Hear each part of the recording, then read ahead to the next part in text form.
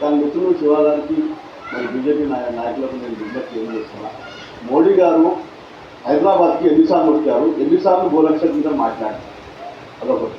మరి పార్లమెంట్లో చట్టం ఏమైనా తీసుకొచ్చారా, అదొకటి.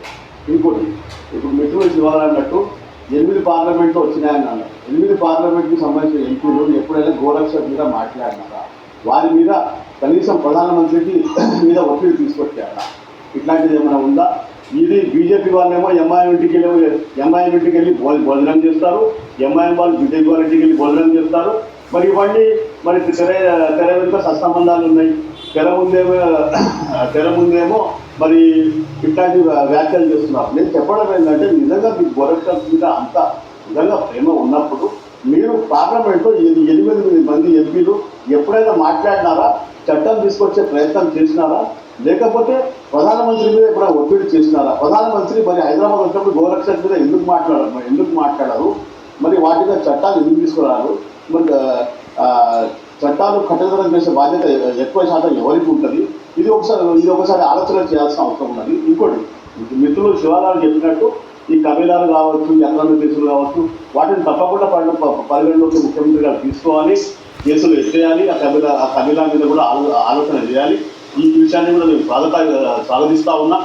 కానీ నేను చెప్పడం ఏంటంటే, మాకెంత బాధ్యత ఉంటుందో ఎంపీలకు కూడా అంతే బాధ్యత ఉంటుంది. వాళ్ళు పొద్దున్న లేస్తే పార్లమెంట్లో ఉంటారు. మరి ఇట్లాంటి వాటి మీద ఎందుకు స్పందించరు?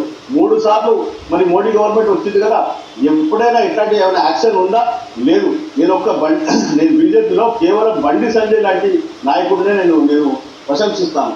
ఆయన ఒక ధైర్యం గల వ్యక్తి, ఏదైనా సరే ఉన్నదని చెప్తారు. మిగతా నాయకులు ఎవరు కూడా మోడీ ముందు మాట్లాడేది ధైర్యం చేయరు, ఈ విషయం మాట్లాడరు.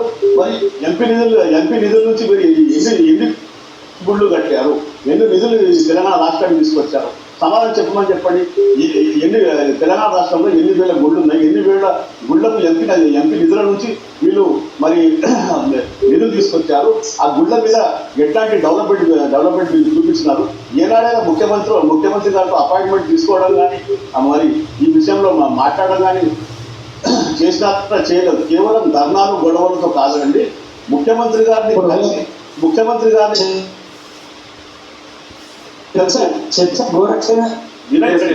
గోరక్షణ మీదనే మాట్లాడండి.